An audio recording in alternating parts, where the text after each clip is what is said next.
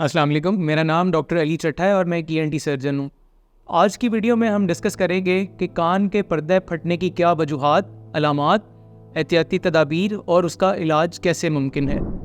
तो कान के पर्दे फटने की बहुत सी वजूहात हो सकती हैं, जिसमें सबसे कॉमन और आम वजह ट्रॉमा होता है, यानी चोट लग जाना, एक्सीडेंट हो जाना। उसके अलावा मिडल ईयर इन्फेक्शन या कान के अंदरूनी हिस्से में इन्फेक्शन हो जाना।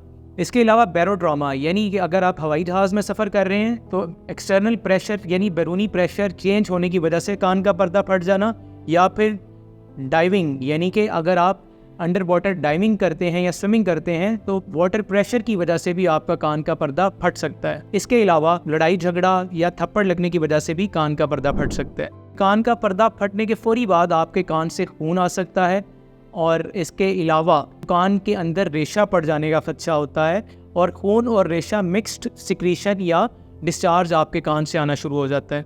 इसके अलावा कुछ मरीज़ों में चक्कर आना, सर में दर्द रहना, कान में दर्द रहना, या इसके अलावा उल्टी भी आ सकती है।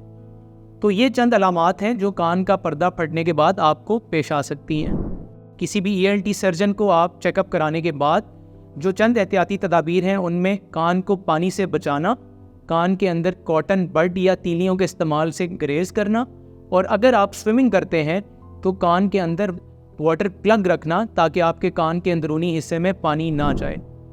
अगर आपके कान में बिल्कुल छोटा सा सुराख है तो अल्लाह ताला ने इंसान के जिस्म में यह सलाहियत रखी है कि उसकी रिपेयर जिस्म खुद ब खुद कर लेता है, और 6 महीने से 1 साल के अंदर अंदर बिल्कुल छोटी परफोरेशन हील हो जाती है। अगर आपके कान का पर्दा फट चुका है तो उसमें आप एक मेडिकल इलाज है, मेडिकल इंटरवेंशन, और दूसरी सर्जिकल इंटरवेंशन। मेडिकल इंटरवेंशन में ये कोशिश की जाती है कि आपके कान को मज़ीद इन्फेक्शन से या रेशा डलने से बचाया जा सके। उसमें आपके डॉक्टर साहबान आपको एंटीबायोटिक एडवाइस कर सकते हैं जो कि रेशा बनने से रोकेगा, पेन किलर्स दे सकते हैं और ईयर ड्रॉप्स दे सकते हैं ताकि कम से कम इन्फेक्शन अंदरूनी कान के हिस्से में जाए। उसके बाद हमारे पास सर्जिकल ट्रीटमेंट्स आ जाते हैं।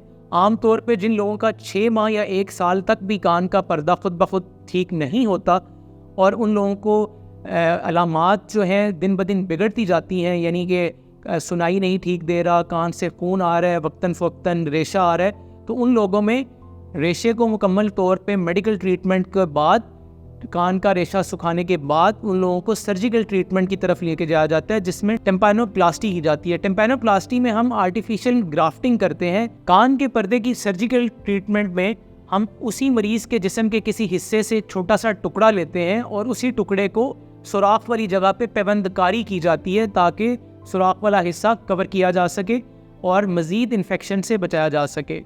तो इसमें 60 to 70% सक्सेस रेट यानी कामयाबी का जो तनासुब है वो 60 से 70% तक लोगों में बहुत अच्छे नताइज पाए गए हैं। तो इस वीडियो का मकसद सिर्फ आप लोगों की आगाही करना था कि अगर आपके कान का पर्दा फट चुका है तो आपको फौरी करीबी किसी भी ENT सर्जन को चेक कराने के बाद अपना इलाज मुआवजा शुरू करा देना चाहिए ताकि इसमें किसी किस्म की ताख़ीर ना हो। अपना ख्याल रखिए, अल्लाह ताला आपको सेहत दे। Thank you so much.